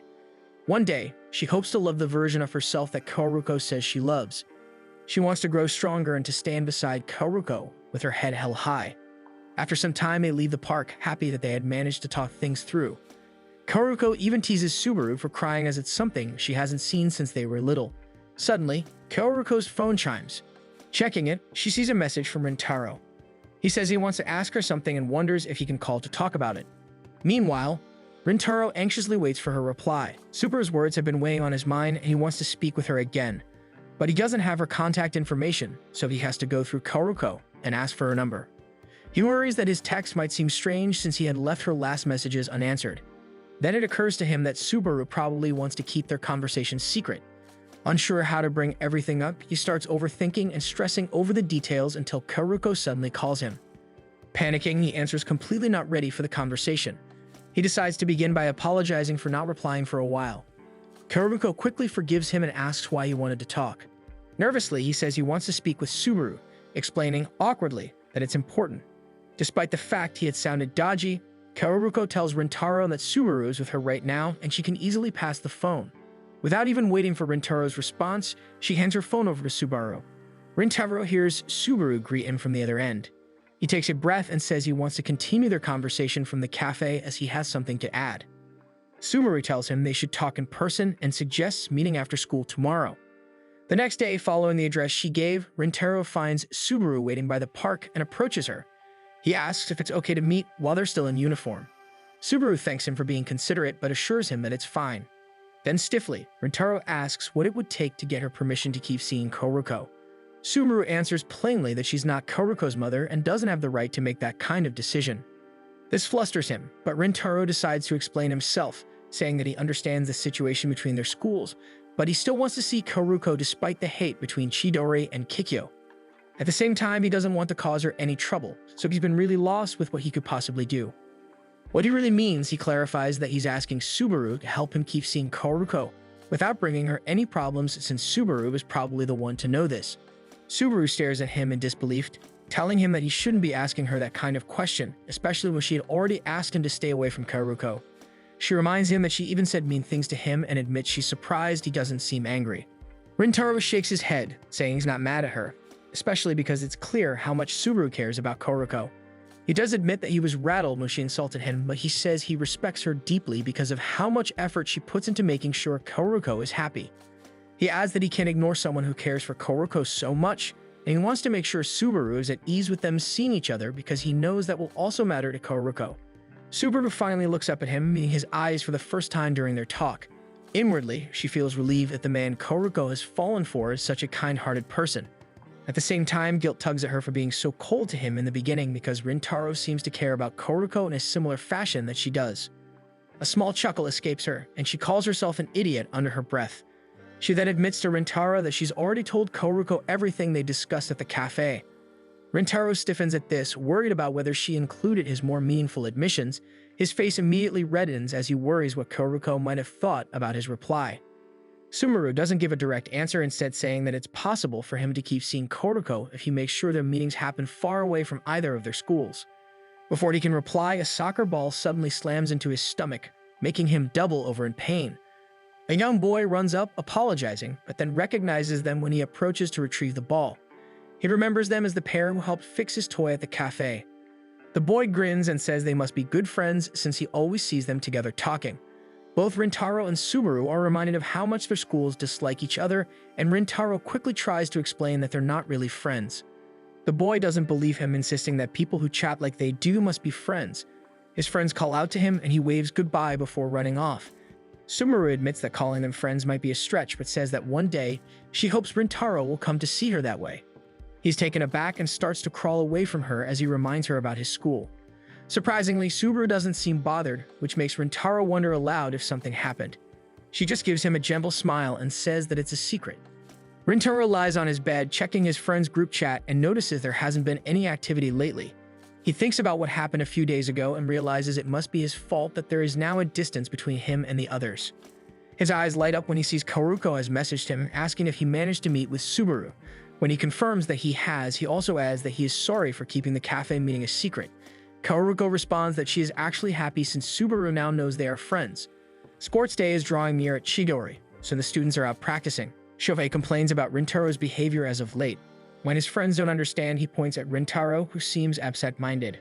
Rintaro misses every ball that comes his way and even gets hit by one during their baseball practice. Shohei grumbles that Rintaro is usually amazing at sports but terrible at studying. He even points out that Rintaro has been too fidgety in class lately. When he tried confronting him once, Rintaro avoided the topic and denied that anything was wrong. But today, Shohei has had enough. It is obvious Rintaro is hiding something. He draws Ayato and Saku closer, and soon they find themselves tailing Rintaro after school. As they follow him around from a safe distance, hoping to find out what's wrong, Shohei tells Saku to apologize to Rintaro when he gets the chance. They trail him all the way to the park, curious about why Rintaro was traveling far. To their shock, they see Rintaro meeting with Koruko and Subaru. Rintaro and the girls go to a restaurant where he apologizes for calling them over. Koruko quickly replies that she is actually glad to see him often, but freezes when she realizes what she has let slip. She blushes, remembering what Subaru told her about Rintaro's words, hinting that their feelings might actually be mutual. Trying to hide her attraction to him, she insists he not think too much about what she just said. Subaru glances at her, giving Koruko a face of disbelief, silently telling her that her feelings are far too easy to read. The group is completely unaware that Rintaro's friends are sitting at another table listening in. Shohei fumes with jealousy since it looks like Rintaro is flirting with Kikyo girls, while Saku worries about their volume, warning Ayato and Shohei to keep quiet or Rintaro might notice. He urges them to be more serious about the situation since Rintaro was involved with Kikyo girls, especially Subaru, who is known to hate boys from Chidori, based on how she reacted to them in the library. To Saku, the whole thing feels strange and needs to be figured out. They freeze when they hear Subaru's voice. Subaru cuts to the chase and asks why Rintaro needs to see them. Rintaro admits that he wants to tell the truth to his friends and be open about his friendship with Koruko and Subaru. The boys suddenly grow quiet, listening to everything at the other table. Rintaro tells the girls that he doesn't have many friends because his looks make him intimidating. He admits that at some point he accepted he would probably end up alone, but after entering Chidori, he was welcomed by his current friends. Thanks to them, he feels like he finally has a place where he truly belongs since his 3 friends have stuck with him for a long time now. He tells the girls that he admires the type of friendship Koruko and Subaru share, since they both trust and protect each other. He admits he wants a similar relationship with his friends and that he doesn't want to give up on their bond, especially since Koruko taught him not to give up so easily on things. So he wants to not give up on his friends and trust them to keep Koruko and Subaru a secret from their respective schools. He apologizes again, bowing deeply, knowing this might put both Koruko and Subaru in trouble if word got out they were involved with him. To his surprise, both are happy that he wants to tell his friends about them. Subaru is even grateful that he considered her feelings before making a decision. Koruko adds that if Rintaro trusts them, then she will also put her faith in him. She even says she's open to the idea that all of them could become friends one day. The suggestion makes Subaru worry, but Rintaro feel warm. Rintaro and the girls stay out until late in the evening and he offers to walk them to their station. Out of nowhere, Subaru lags slightly behind but suddenly blurts out that she wants Rintaro to introduce them to his friends someday. She explains that she deeply wants to apologize for her words and actions at the library. Rintaro smiles and promises to do it someday. Suddenly, a group of men approaches and asks to speak with him. The man with blonde hair mockingly apologizes for his junior's actions, which confuses Rintaro. Kaoruko notices two other men hiding behind a tree and signals for Rintaro to look. Rintaro instantly recognizes them as the same men who had tried to harm Kaoruko. He realizes they must have run to their seniors and are now back for revenge. Trying to avoid trouble, Rintaro speaks politely and excuses himself and the girls so they don't have to fight, but more men block their path when they try to leave. The blonde-haired man accuses Rintaro of beating up his juniors for no good reason and claims he looks like the type who would do that. Kaoruko steps in to defend him, saying Rintaro isn't that kind of person. The men then notice Kaoruko and Subaru, recognizing them as Kikyo girls and commenting on how cute they are. Rintaro steps in front of them, blocking the men's stares. He asks the blonde man to let the girls go home, saying he'll agree to talk with them. He glares at the man, but the blonde only smiles, insisting the girls should stay so they can talk later. One of the men reaches out to touch Subaru's hair, but Shohei suddenly appears and grabs his arm. Saku and Ayato also step out from hiding, and the three boys instruct Rintaro to get Subaru and Kaoruko away while they handle the situation. After seeing the determined looks on his friends' faces, Rintaro guides the girls away from the group. He shouts back that he promises he'll talk with them later. Saku strides past the blonde-haired leader and heads straight for the two men hiding behind the tree. He calls them cowards for clinging to the safety of their group. The men try to insult him, but Saku mocks them in return, saying it's pathetic for adults to act so childish. One of them mentions that they were the ones who injured Rintaro before. The statement stirs something in Rintaro's friends as they realize his old head injury must have been caused by these men. Ayato drops his bag, visibly irritated at the thought of what they had done. Meanwhile, Rintaro successfully gets Subaru and Kaoruko to the station. He apologizes for dragging them into trouble, but Kaoruko brushes it aside, more concerned about his friends. Rintaro reassures her that they'll be fine and that it's probably the other men who should be more worried. Suddenly, his phone rings. Seeing Ayato's name, Rintaro quickly picks up. Ayato's voice sounds cheerful as he checks in on them. Once Rintaro confirms everyone is safe, he insists on going back, but Ayato, after consulting with Saku, tells him they'll all head home for now and talk during sports day tomorrow. Rintaro hangs up and tells the girls his friends are fine, though they remain confused by how quickly things turned out that way. Elsewhere, Shohei looks over the defeated men sprawled on the ground and compliments Ayato's skill. Ayato admits that while he's a pacifist, he has no hesitation when it comes to defending his friends. One of the men stirs, trying to get up, and Ayato calmly steps forward. He tells the man that Rintaro isn't as lame as they claim, warns them not to cause trouble again, and wishes them a safe trip home. With that, Ayato suggests they leave, and Saku and Shohei follow. When sports day arrives, Rintaro's classmates cheer for him to hit a home run, but his focus is elsewhere, and he ends up striking out. His classmates groan in frustration, telling him to switch out and rest until the next round. Rintaro quietly obeys and finds a spot to cool down. He admits to himself that it's hard to concentrate when he hasn't cleared things up with his friends. He feels guilty for not being able to enjoy sports day like he originally wanted. Suddenly, a water bottle comes flying his way. He catches it and looks up to see his friends approaching with easy smiles, joking about his absent-mindedness during the last game. They try cheering him up by reminding him that they only need 2 more wins to earn ice cream.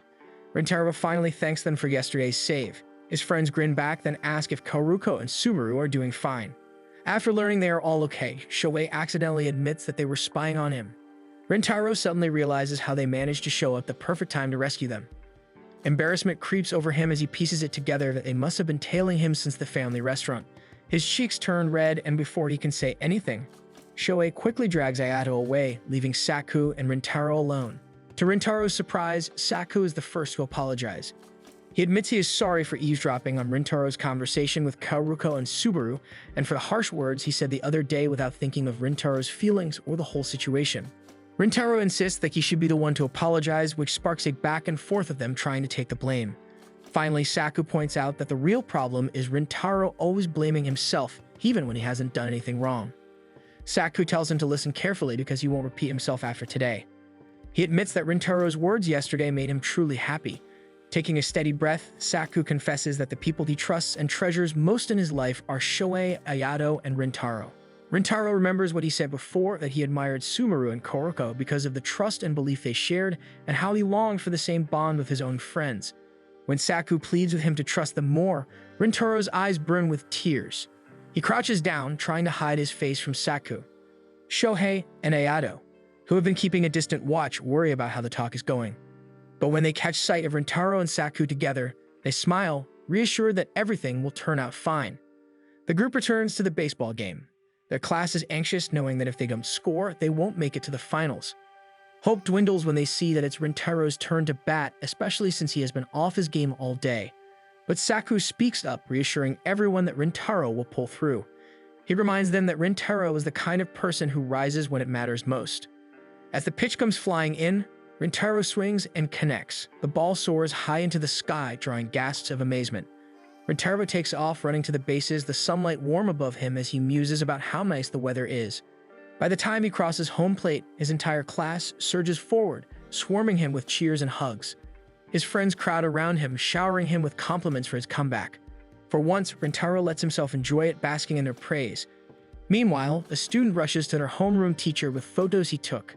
In one shot, Rintaro is surrounded by his friends, surrounded by laughter and joy, perfectly capturing how youth should enjoy their days.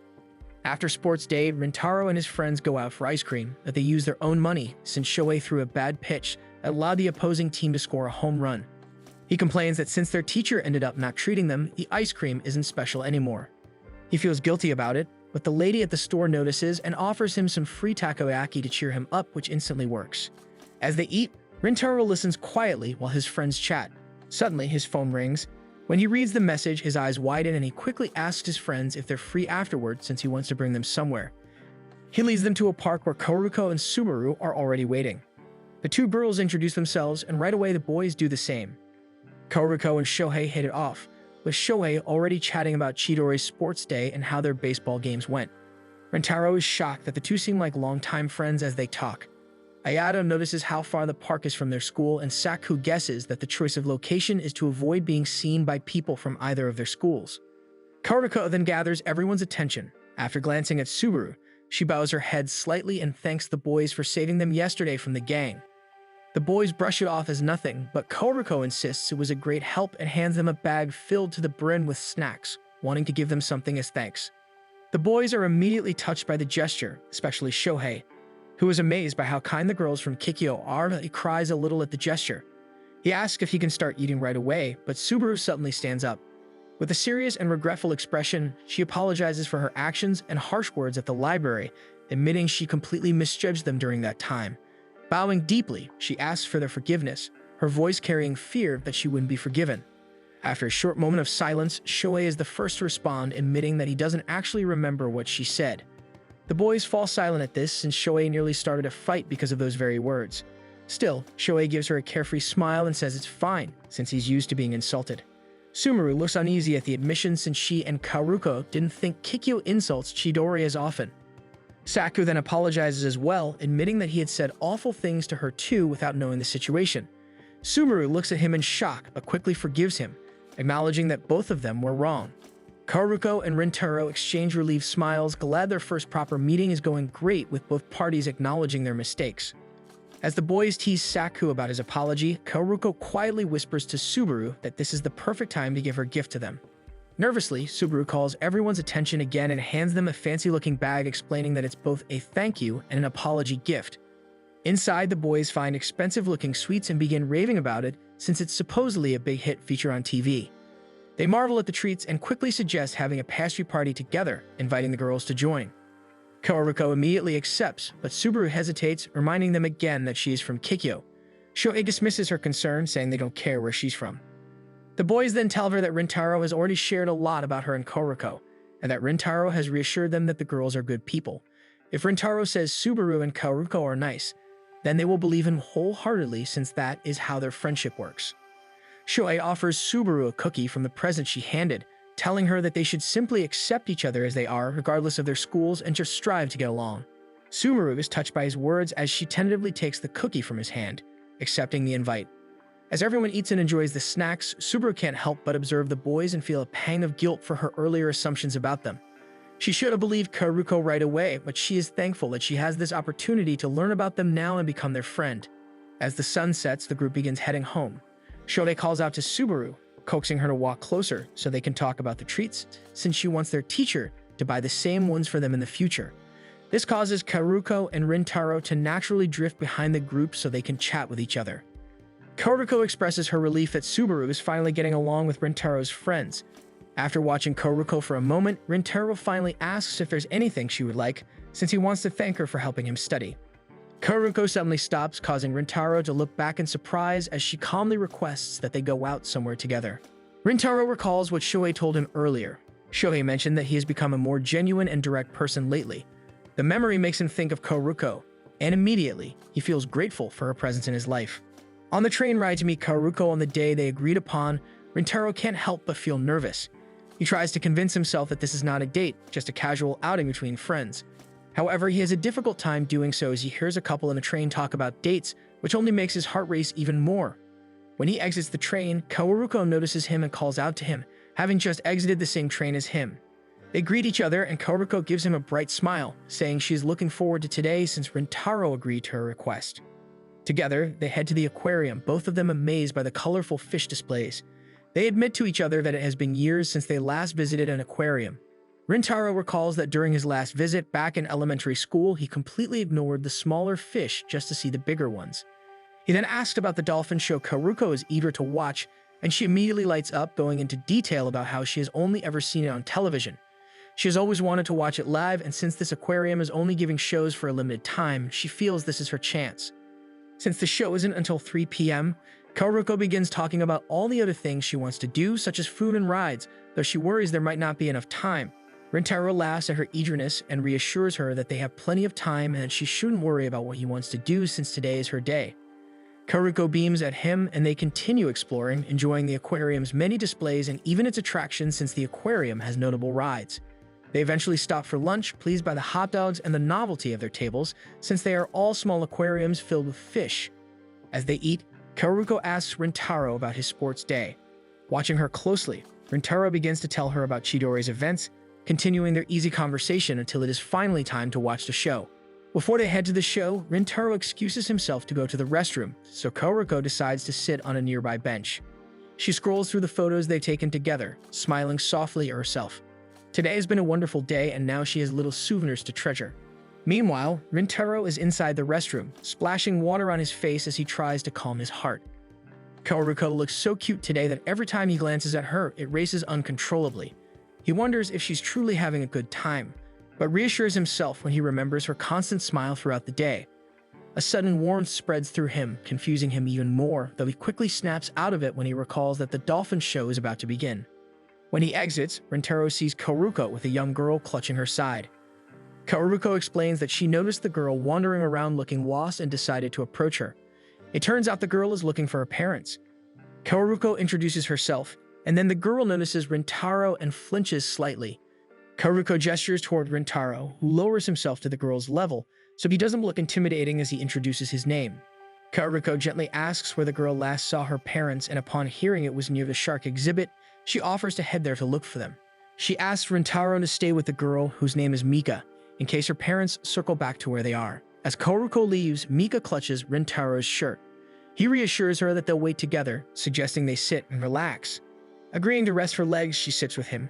Mika apologizes, feeling guilty for ruining what she assumes to be his date with Koruko. Embarrassed, Rintaro fumbles for words, insisting it isn't a date, but Mika continues chattering about how dates are fun. She admits that she wants to go on one with her crush, Daiki, from her kindergarten school. With a bright smile, she gushes about how happy she feels whenever he smiles, chattering about how amazing he is in sports and his big appetite. Rintaro freezes at her words. The warmth he felt earlier returns, and suddenly, his own feelings toward Koruko begin to make sense. Before he can dwell on it further, Koruko calls out their names as she hurries back with two adults in tow. Mika immediately recognizes them as her parents and runs straight into their arms, clinging to them with tears of relief. Koruko explains she found them since they were calling out Mika's name. Mika's parents thank both Koruko and Rintaro for watching over their daughter, apologizing if she caused them problems. Rintaro reassures them that Mika was no trouble at all, and that they enjoyed talking with her. Koruko beams at his kindness, and together they smile at Mika and her parents as they thank them and prepare to leave. But before departing, Mika dashes back to Rintaro, urging him to crouch down. When he does, she whispers with a mischievous smile that she thinks he and Koruko make a great couple. Rintaro flushes crimson, and before he can respond, Mika scampers off to join her parents. Koruko suggests that they head home since the dolphin show has already ended, but Rintaro asks her if she has some time, and if she does, they can stay, pointing out that there is still an evening show they can catch. Delighted by the idea, Karuko eagerly agrees. Before long, the final show of the day begins. They enter the venue that slowly fills up and take their seats as the announcer welcomes the audience. The lights dim, silence settles across the crowd, and a single spotlight shines on the water. Suddenly, a dolphin leaps high into the air, greeting everyone with a splash before others join in. Together, the dolphins perform a series of breathtaking tricks, earning gasps and cheers. Both Karuko and Rintaro watch in awe, their eyes fixed on the dazzling display. Karuko admits how happy she is to finally see a dolphin show live. After a pause, she turns to Rintaro and thanks him for inviting her along. She explains that she never expected anything in return for helping him and that simply being able to lend a hand was reward enough. But as her voice softens, she adds that going out with him has made her day truly special, and she has enjoyed every moment. Rintaro quietly studies her bright smile before looking back at the performance, yet his mind drifts, replaying all the times Karuko smiled at him throughout the day. Mika's words about her crush echo in his head, and suddenly everything becomes clear. For the first time, Rintaro fully understands the feelings growing inside him for Karuko. One rainy morning, Rintaro walks briskly through the streets on his way to school, his dark expression unintentionally startling several passersby. By the time he reaches his classroom, his friends are already there, grumbling about the dreary weather and wondering why Rintaro is later than usual. The door loudly opens, and Rintaro stands in the doorway for a moment before stepping inside. The commotion alerts everyone, and they watch Rintaro. He trudges to his seat, his posture unusually heavy. His friends glance over and immediately notice something off about him. When they get a better look, they all admit and tell Rintaro that his face looks even scarier than usual. Rintaro shifts uncomfortably under their comments, especially when one of them points out that he's still wearing his winter uniform even though they've already switched to summer attire. Ayato suddenly blurts out that the Kikyo girls must have also switched to their summer uniforms by now. That remark makes Rintaro stiffen, and his books slip from his bag. His friends exchange worried glances, sensing something is troubling him again. Ayato and Shoei whisper about asking him directly, but Saku convinces them to wait, stating that Rintaro will tell them when he's ready. Convinced, they decide to carry on with their usual chatter to ease the mood. Meanwhile, Rintaro is lost in thought as he picks up his notes. Ever since the aquarium trip with Karuko, he hasn't been able to push her from his mind as he thinks about their day together. His gaze drifts to the window where he can faintly see the curtains of Karuko's classroom pulled shut. He wonders whether she's studying seriously right now or happily chatting with her friends before classes start. Realizing where his thoughts have wandered, he bows his head below his seat, trying to clear his mind. But no matter how hard he tries, Karuko keeps resurfacing. He realizes just how deeply in love he is with Karuko the moment he was aware of his feeling he couldn't stop thinking of her. He snapped back to reality when Shoei calls his name. Startled, he looks up only to hear his friends asking if they can hang out at his place sometime since they have never been there. The request leaves him silent for so long that his friends grow uneasy. They quickly assure him that it's no problem if it makes him uncomfortable. Their concern strikes Rintaro since when he was younger, he'd been teased for coming from a family that runs a cake shop. According to his then classmates, it didn't suit his appearance. Because of that, he's always avoided sharing too much about his life at home. But looking at his friends now, he feels for the first time that they wouldn't judge him. Just as Shoei offers his own place instead, Rintaro finally speaks up, saying he'll ask his parents first. His friends brighten immediately, looking forward to the weekend. When the day arrives, they step into his family's pastry shop. Instead of mocking him, they are captivated by how nice the shop looks. Their eyes widen at the rows of colorful desserts and the warm aroma of freshly baked pastries. As they look around the shop, Rintaro relaxes a little. He observes his friends, feeling a bit guilty that he had originally assumed they would judge him if he told them about his family's cake shop. Just then, his mother comes through the shop, greeting the boys with her usual energy. To Rintaro's amazement, his friends respond with equal enthusiasm, chatting with her as if they've known each other for years. Saku even passes some food to Kyuko, who beams and tells the boys to eat a lot at lunch since she'll be preparing plenty. She then tells Rintaro to give them a tour of the house. He obeys immediately, leading his friends toward the house section of their shop. As they disappear inside, Kyuko heads to the kitchen, letting her staff know she'll be stepping out for a bit. They notice she seems unusually cheerful, and she admits that it's because Rintaro has finally brought friends home. Before she can continue, a customer calls from the front. She moves to serve them, only to be met with a very familiar face. Meanwhile, the boys explore the living room, curiously looking around at the decor. They even find an old photograph of a younger Rintaro with his older brother. Hanging back, Rintaro quietly admits to himself how awkward it feels to have friends over for the first time. Suddenly, his mother calls out for him. Rintaro heads to the stairs and is startled to see Koruko and Subaru standing there. Koruko greets him cheerfully, while Subaru tries to follow but remains nervous. Kyuko explains that the two had only come to buy cakes, but since she knows they are all friends, she invited them to stay for lunch only if the boys don't mind. Ayato immediately agrees, while Shohei gestures for them to come in further, which causes Saku to scold him for acting like he is the owner of the house. Everyone begins to settle again, though Kyuko takes a moment to personally thank Subaru for being friends with Rintaro. Koruko apologizes for intruding, but Rintaro assures her it's fine. When he catches her smile, he suddenly remembers their time at the aquarium. A furious blush spreads across his face.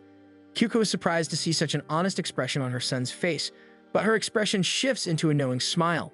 Happily, she excuses herself to return to the kitchen so she can start preparing their lunch. The boys quickly begin helping out with the lunch preparations, filling the house with lively conversation. Realizing the situation she's found herself in, Koruko calls Subaru over to quietly check on her outfit, whispering that she hadn't expected to be spending time inside Rintaro's home, and is worried over how she looks since her outfit might be weird and her hair isn't special. Subaru fondly tells Koruko that she looks as cute as always, which mildly irritates her.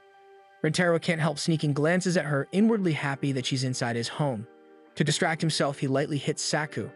Soon, lunch is served and an impressive spread of food is laid out across two tables. Everyone digs in happily, but Rintaro can't help noticing how much effort Kyuko puts into pleasing his friends. She then informs Rintaro that she'll step out to check on the shop, but reminds everyone that they're welcome to get seconds if they're still hungry. Rintaro feels grateful that everyone seems to be enjoying themselves. During the meal, Shohei suddenly asks why Rintaro decided to dye his hair and pierce his ears. Rintaro admits he's been doing it since 7th grade. This makes the group curious over his reason for dyeing his hair. He shyly tells them that it is a dumb reason, but when Koruko chimes in that she would also like to know why he dyed his hair, he shyly confesses that he simply thought it was cool. He says the reason might sound dumb, but for him, it had been a big deal at the time since he didn't have any friends in school. He recalls the day that made him decide to change his appearance. His parents brought him to a cake shop. The place was foreknown, and at first he didn't think much of it since his family also owns a similar shop. But after his first bite of cake, he realized it was something different. His eyes wandered around the shop, taking how different it is from his family's, until they landed on the kitchen window. Inside, he saw a cheerful baker with blonde hair and a visible piercing. Rintaro thought he looked genuinely happy, and he wanted to be like him and assumed copying his appearance was a good place to start. On the way home, he asked his parents if he could dye his hair and get piercings. Expecting rejection since he was aware they deal with customers, he was stunned when they agreed without hesitation. For the first time, he felt seen, and the moment brought tears to his eyes. Of course, changing his appearance only made others avoid him more, but by then, he had already given up on connecting with people. He gets so absorbed in his story that he doesn't notice everyone staring at him. When he finally realizes, he quickly apologizes for souring the mood. But Shohei immediately reassures him, saying the kids at his old school must have been blind since he would have jumped at the chance to be Rintaro's friend if they had met earlier. Shohei rises for seconds and Koruko follows. Before heading to the kitchen, she tells Rintaro she feels the same way that Shohei does, and that she's happy to be friends with such a kind person like him. Rintaro stares at her in amazement for a moment until Koruko asks if he'll also be getting seconds. He shyly says he will, and Koruko goes to the kitchen to get him his share of food. As the group continues eating and chatting, they remain unaware that Kyuko has overheard the entire conversation. Hidden from sight, she fights back tears as she remembers the day she herself decided to dye her hair blonde and get piercings. Her husband saw right through her and realized she was making all these changes together for Rintaro's sake. When he questioned her, she told him that she had seen Rintaro cry the other day, and since that incident, she hadn't been able to forget how broken and resigned her son looked. Light had only returned to his life when they went to the cake shop the other day, so when Rintaro pleaded to change his appearance, she couldn't find it in herself to refuse. It was also the first time Rintaro had ever asked for something for himself.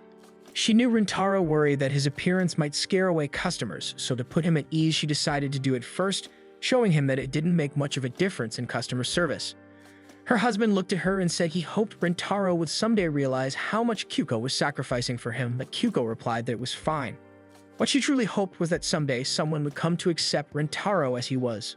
Watching her son now laughing and enjoying himself with friends feels like a dream come true. She finally decides to step into the room, presenting them with a wide assortment of cakes. Shohei and Koruko's eyes light up at the sweet treats, and Kyuko hands the cakes to Shohei. asking him to put them in the fridge so they can enjoy them later. As she heads back to the shop, Rintaro catches up with her by the stairs. He thanks her without any explanation, making her eyes widen. Rintaro then returns to his friends while Kyuko's eyes well up with tears. She puts on her cap and hypes herself up before going back to work. Later that day, they gather in front of the television, eating cake and playing games. Shohei cheers proudly as he scores a win against Saku, teasing him for losing. Ayato reminds him that they were actually battling over who wouldn't get last place. He then compliments Koruko for scoring really well, and she credits her family since she sometimes plays with them. Rintaro was surprised she placed second, and when she gives him a bright smile in reply, his face heats up. Shohei then asks if Rintaro helps out in the cake shop, hoping he's free enough to join summer activities with them. When Rintaro confirms he isn't too busy, Shohei starts suggesting things they can all do as a group. They decide a beach trip with fireworks is great for the summer and would like Koruko and Subaru to join them. Koruko is delighted to be included in their plans, and Subaru agrees to join as well, but reminds herself that she needs to study hard since exams come before summer. The boys freeze, suddenly remembering they still have one last hurdle to overcome before they can enjoy their break. Subaru quickly apologizes for ruining the mood, and with teary eyes, Shohei slowly turns to Saku. Saku pales, refusing to help as Shohei begs him to tutor them. Koruko then grabs Subaru's arm and suggests they all study together sometime, which surprises Subaru and the three boys. As promised, the group meets up again, this time at a restaurant to study. As the girls decide what to order, Ayato and Saku can't help but notice how close Rintaro and Koruko seem. Once they finish their meals, they prepare to study, but Shohei falls asleep before they can even begin. Rintaro explains that Shohei had tried to study the night before, which is why he is so tired. Koruko then gets an idea and leans over the table to talk about the restaurant's desserts with him. She suggests that they set a goal for this study session, and if they reach it, they should reward themselves with sweets. Shohei instantly lights up and agrees, and the group can't help but think they look like mother and child. Koruko then turns her attention to Rintaro, offering to help him. Rintaro appreciates the offer but declines, saying that he wants to try studying on his own for now. Ayato and Saku mention that Rintaro has been studying a lot during his lunch breaks. Embarrassed, Rintaro admits he doesn't want to rely on Koruko too much, but promises to ask for her help when he doesn't understand something. Koruko smiles kindly at him, proud that he is moving forward and trying hard. As everyone begins to study, Shohei can't help but be amazed at Subaru's workbook, which is much larger than the ones used at Chidori. He shows her how flimsy and thin their workbooks are to prove a point. After looking at it, Subaru notices that the Chidori workbook is actually the one she had used back in middle school. A little later, Rintaro gets stuck and turns to Koruko for help, but finds himself more focused on her expression as she studies. He completely misses her explanation, so Koruko patiently offers to explain it again from the beginning. Subaru also runs into a problem, but when she notices Koruko is busy with Rintaro, she decides to wait and ask later. Shohei notices and offers to help, but when he reads her workbook, he is completely lost. He moves to return the workbook, but Saku decides to look at the question Subaru is having a hard time with. When Subaru points it out, he quickly solves the problem by writing down the equation and solution almost instantly. Subaru is amazed and tries to ask how he solved it, but Saku only gives vague answers. This prompts Ayato to finally tell Saku that he is actually terrible at explaining problems. Saku is shocked by the comment and tries to confirm if the others feel the same. His friends all wear uneasy expressions and attempt to cover it up by insisting that they simply don't understand because they're dumb. Worried, Saku earnestly tries to explain the solution again to Subaru and Koruko, but both end up completely lost with his explanation as well. Saku ends up horrified and embarrassed that he can't teach both girls, even though they are already smart. He wants to stand and leave, but the group desperately tries to keep him from going by bribing him with desserts. The next day, the boys gather in the classroom, ready to see their scores. To the immense relief of Shohei and Rintaro, they manage to pass all their exams again. Shohei pranks around with his test scores, thrilled that he can finally enjoy summer without worrying about school. Two of their classmates, however, are disappointed that Rintaro and Shohei won't be taking supplementary classes with them like usual, and beg them to share their secret. Shohei smiles confidently and reveals that they had help from a talented teacher this time. The classmates immediately assume it must be Saku and rush over to his desk to ask for his help. Saku is flustered by the sudden attention and irritated with Shohei, but luckily doesn't have to respond to his classmates' requests as their teacher arrives and asks the class to settle down. The teacher congratulates them, saying that with finals out of the way, summer break is just around the corner, and that they will be able to enjoy themselves soon. The class teases him for not sounding like a worried teacher. Their teacher admits that while his class may be full of goofballs, all of them are genuinely good-hearted people.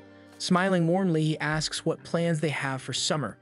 Students immediately begin chiming in about their activities, but one concerned student asks about summer homework. The teacher reassures them, saying that while he is glad they care about their studies, it's just as important to enjoy their youth. He reminds them that summer is where the best memories are made and encourages them to live it to the fullest. The class cheers, though he quickly reminds those who failed that they will be busy. After school, a group of classmates approaches Rintaro's group and invites them to do something fun together. Since no one can decide, they ask Rintaro to pick an activity for them. Rintaro suggests bowling since it's something they can all enjoy as a group. As they walk toward the bowling alley, Rintaro reflects on how much closer he has grown to his class since the sports festival. He admits to himself that he never expected to have this much fun since he had given up on making friends before. More than that, he realizes he has started wanting things in his life and has been motivated lately to keep doing his best. Quietly, he acknowledges that Kaoruko might have been the start of it all. While walking, one of his classmates suddenly points out the Kikyo girls across the street. Rintaro looks over and spots Kaoruko happily chatting with Subaru and a few other girls. Shohei also notices and is about to call out to them, but Saku and Ayato quickly stop him, reminding him that they can't associate with the girls openly in front of other students. It would only cause problems for Kaoruko and Subaru at their school. Their classmates recognize Kaoruko as the girl who once waited outside their gate. Rintaro's friends manage to hide the truth from the rest of the boys and the group moves on. Still, Shohei notices that Rintaro is staring after Kaoruko and snaps him out of his daydream. As they catch up with the others, Shohei hangs back with Rintaro and casually asks if he's dating Kaoruko. Rintaro immediately turns red and denies it, but when Shohei presses him about whether he likes her, Rintaro struggles to give a straight answer. Shohei tells Rintaro that he's far too obvious. He is also certain that Ayato and Saku have also noticed. The two head pretend not to hear, but Rintaro realizes his secret crush isn't as hidden as he thought. For the first time, it even occurs to him that Kaoruko herself might already know. Shohei assures him not to worry, boasting that he's great at planning surprises. Before he can go on, Saku drags him away, leaving Ayato to quietly reassure Rintaro that they'll keep his crush safe before he joins Saku and the rest of the group. At the bowling alley, Shohei and Saku's team erupts in cheers when Shohei lands a strike. Saku is up next, and though everyone hopes he'll fail, to their dismay, he also gets a strike. Saku looks genuinely confused since they're on the same team, but to ease the tension, Shohei blurts out that Saku is terrible at video games. The mood instantly lightens and the guys start inviting Saku to a game session instead. Meanwhile, Rintaro's turn approaches. His slouched posture worries his teammates. Rintaro then announces that he picked the wrong ball and that his fingers are stuck. When he finally switches to the right ball, his throw rolls straight into the gutter. Embarrassed, Rintaro apologizes while crouching on the ground. The opposing team bursts into taunts, proud of their early lead. Riled up, his teammates argue back. In the middle of the commotion, Rintaro excuses himself, saying he'll buy some drinks. At the snack section, he broods over his poor performance, especially after realizing the losing team owes lunch to the winners. He wonders why everyone insists on saying he's dating Kaoruko. He admits to himself that dating is still something he doesn't really understand. To him, just seeing Kaoruko smile feels like more than enough. Ayato taps him on the shoulder, breaking his thoughts. Rintaro steps aside from the soda machine, realizing Ayato also wants a drink. He apologizes for messing up earlier, but Ayato reassures him it's fine. Ayato tells him that the real blame falls on Shohei for bringing up Rintaro's feelings for Kaoruko in the first place. The comic catches Rintaro off guard and he chokes on his drink. Ayato tells him to relax, assuring him that Shohei didn't mean anything by his observation and that no one thinks badly of him. Nervously, Rintaro asks Ayato what he thinks dating should be. Ayato pauses for a moment before cheerfully admitting that he has no idea, which immediately puts Rintaro at ease. He explains that he's never dated anyone, so he doesn't really have a clue, but warns Rintaro not to ask their classmates the same question, otherwise they'll end up interrogating him. He adds that he's sure none of their classmates have ever dated a girl anyway. Then, taking the question more seriously, Ayato explains that usually people start dating when they realize they like each other, but he feels it can go deeper than that. To him, it's okay for people to date even if they don't completely understand what dating means. Ayato then mentions that what surprises him more than the question itself is the fact that this is the first time Rintaro has ever asked him for advice. Rintaro hesitantly asks if it's true that he's being very obvious. Ayato agrees but tells him he actually feels happy about it because Rintaro is learning to be more open about his feelings, especially with them.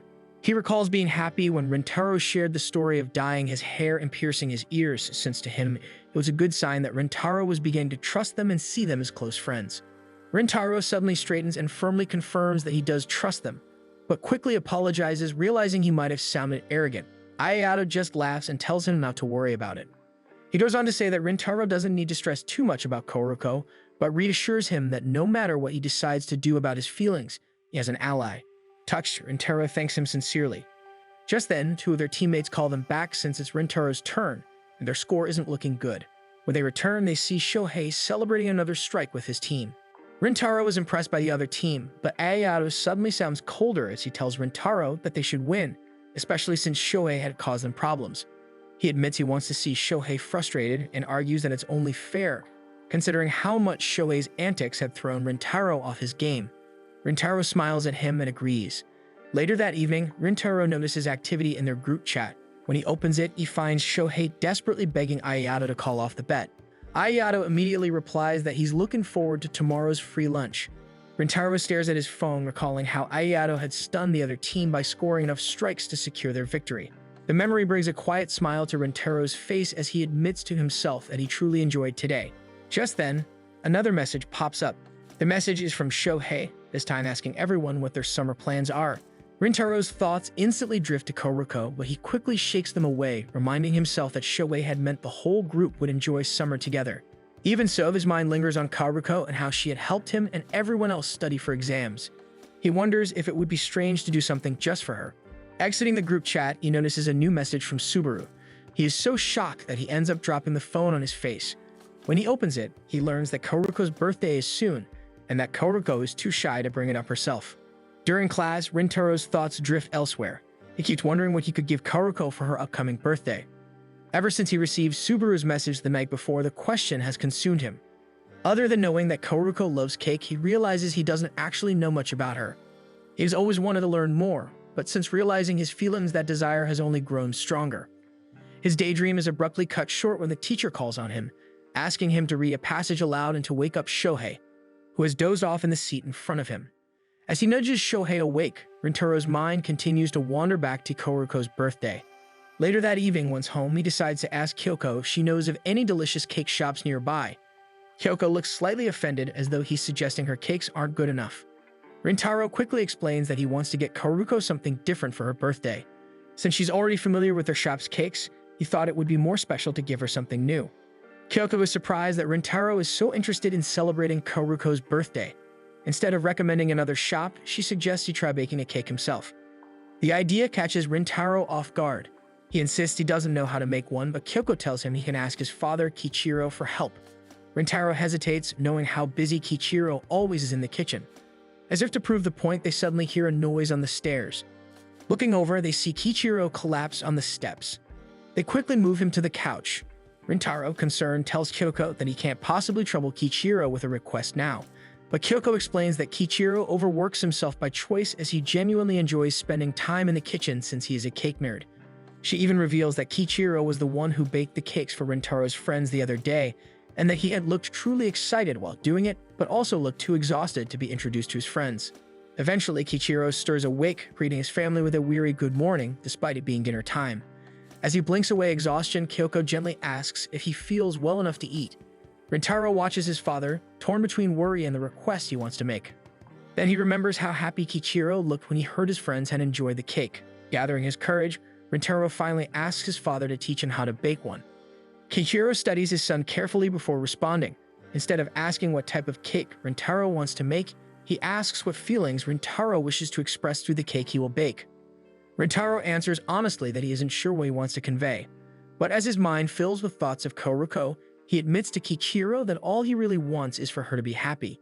Kichiro smiles at his son's answer. When he learns that there are only 2 weeks left until Kuroko's birthday, Kichiro tells Rintaro that he will undergo special training under him until Kuroko's birthday. He adds that since Rintaro will be learning directly from him, he expects nothing less than an amazing cake. Kyoko smiles, relieved that Rintaro is finally opening up to Kichiro. She watches as the two head into the kitchen to begin training. That evening marks the start of Rintaro's cake lessons. Alongside his father, he studies recipes and considers what kind of cake would be best for Kuroko. The days are exhausting, but little by little he begins to improve. At school, the effects show. One day, his friends gather around him, worried about how pale and tired he looks.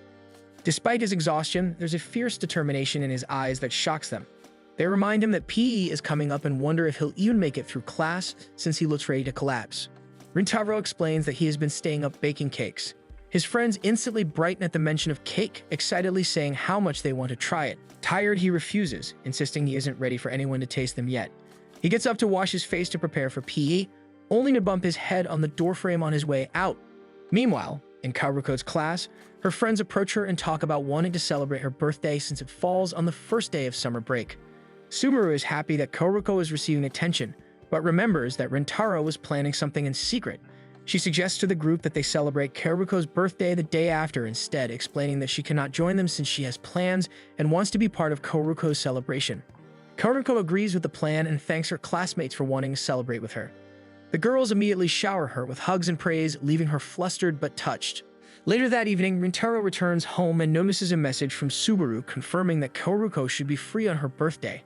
He suddenly realizes he never asked Kaoruko herself about her plans.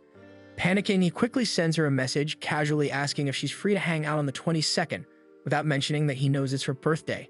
Kaoruko replies almost instantly, typing so quickly that her messages are filled with typos, but she confirms that she's free. Rintaro is relieved that he can give her the cake on the day. He slaps himself awake, determined to make a perfect cake by the end of his training so he can give it to her. Kaoruko reads over his messages, her heart racing when Rintaro replies that he wants to give her something.